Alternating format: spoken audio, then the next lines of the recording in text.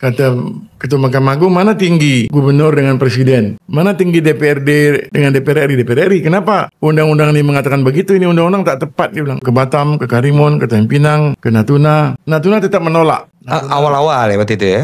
Sampai akhir dia menolak. Yang mendukung kita itu Anambas. Namun ada kendala. Presiden tidak mau tanda tangan.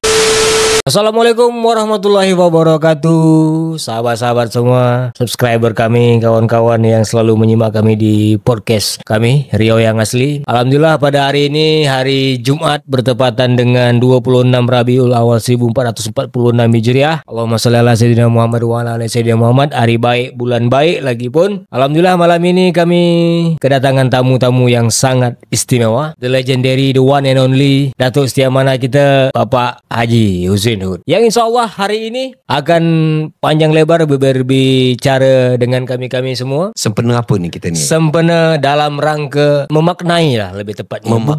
Bukan memperingati memaknai 23 tahun terbentuknya Provinsi Kepri pada tahun 2025 ini. Kita ingin mendengarkan sejarahnya. Jatuh bangun telentang tungkup di mana ada pasti ada.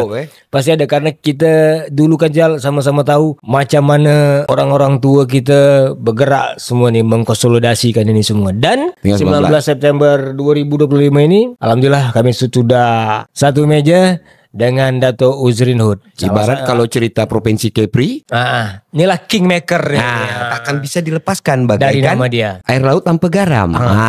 Ibarat begitulah kalau bercerita tentang perkembangan ini. Jadi dulu tuh kan kalau kita ingat Michael Hart tuh bikin 100 tokoh paling berpengaruh dekat dunia, nomor 1 Nabi Muhammad kan.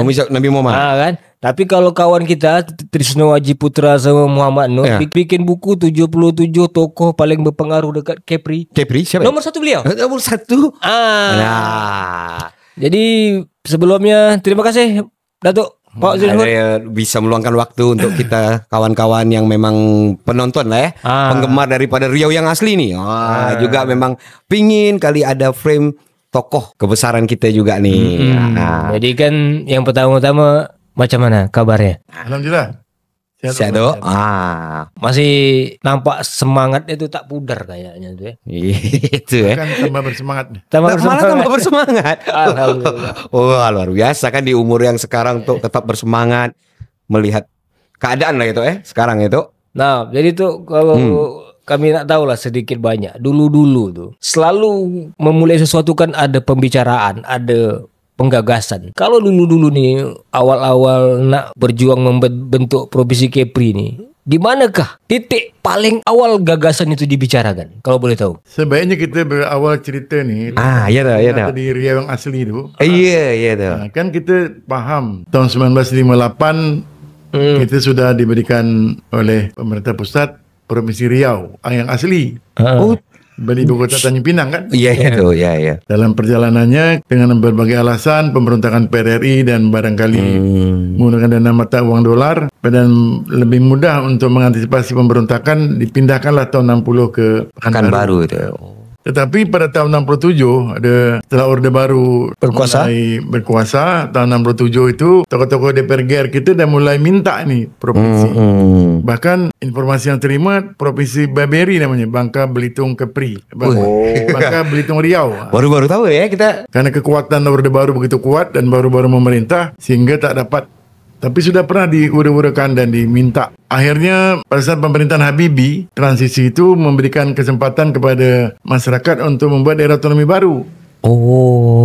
Yang mulai diberikan kesempatan itu adalah Karimun dan Natuna. Maka itulah diperlukan suatu panitia P4KR namanya, Panitia Pemekaran Kepulauan Riau, untuk memekarkan Kepulauan Riau menjadi 3, yaitu Natuna dan Karimun.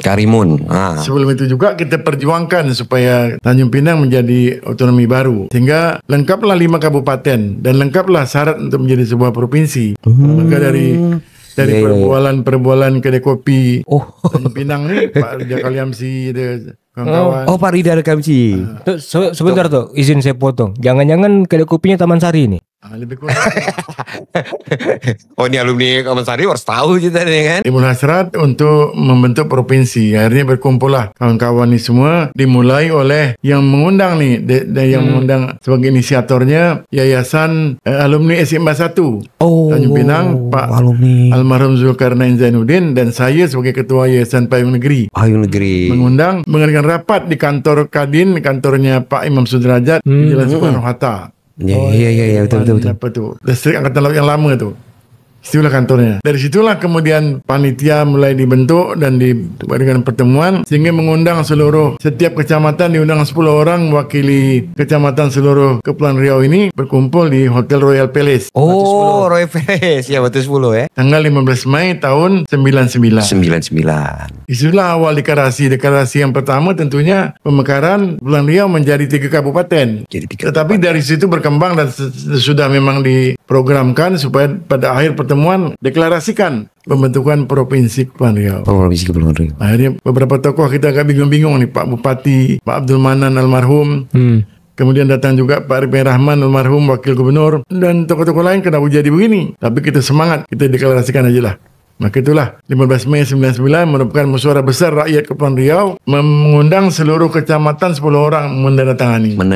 Situlah kami bergerak dengan P4KR terus menerus dalam perjuangan minta dukungan Gubernur Riau dan DPRD Riau. Dalam perjalanannya DPRD Riau mengakomodasi membentuk pansus dengan ketua pansusnya Pak Lukman Edi.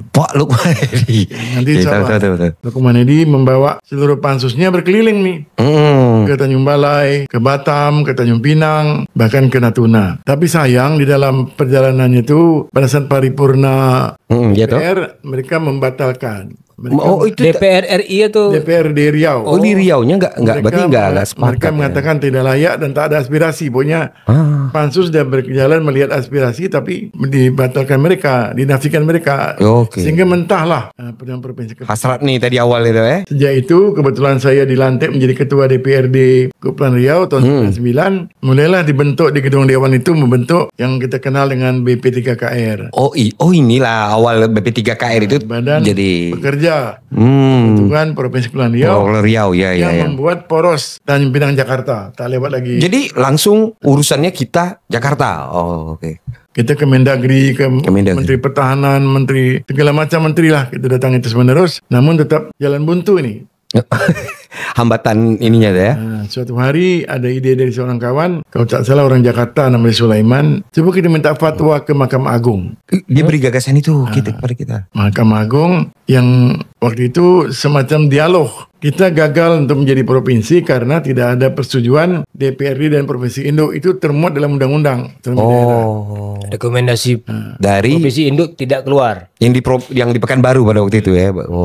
Kata Ketua Mahkamah Agung, mana tinggi Gubernur dengan Presiden? Mana tinggi DPRD dengan DPR RI? Kenapa undang-undang ini mengatakan begitu? Ini undang-undang tak tepat, dia bilang. Seolah-olah DPRD lebih tinggi kan dari. Ya betul. Tak terpikir Iya betul. Maka dibuatlah fatwa Mahkamah Agung. Sampai melahirkan fatwa Mahkamah Agung kepada saya, Saudara Huzurin Hud, Ketua P3KR Kepulauan Riau, bahwa menurut fatwa Mahkamah Agung itu Kepulauan Riau bisa disahkan tanpa menunggu persetujuan DPRD dan Presiden Gubernur Riau. Harus udah bisa langsung dari bisa pusat itulah jadi pansus DPR RI telah dibentuk dan telah berkeliling ke seluruh Kepri nih. DPR RI ini pansusnya nih. Yang ketuanya almarhum Pak Hanjoyo Putro SH. Pak Hanjoyo, ya betul. Yang semua anggotanya, betul. Mereka juga ke Batam, ke Karimun, ke Tanjung Pinang, ke Natuna. Natuna tetap menolak. Awal-awal waktu itu ya. Sampai akhir dia menolak. Yang mendukung kita itu Anambas. Mereka membuat semacam keputusan tekad di lapangan. Harapan daripada Natuna lemah karena Anambas setuju kan. Itulah terjadi setelah pansus DPR RI mendapatkan dokumen-dokumen kami, dan kemudian juga ada satu dokumen yang penting bagi kami, tokoh-tokoh Riau di Jakarta itu, Kepulauan Riau di Jakarta mendapat sebuah dokumen Riau Merdeka. Riau Merdeka itu lengkap dengan benderanya, lagu kebangsaan, undang-undang dasar, dan lengkap nih. Udah lengkap. Kami serahkan kepada Praksi TNI, rapatlah Menko Polhukam waktu itu masih Pak SBY kan? Iya. Hendro Priyono yang paling aktif mendukung sebagai Kepala BIN.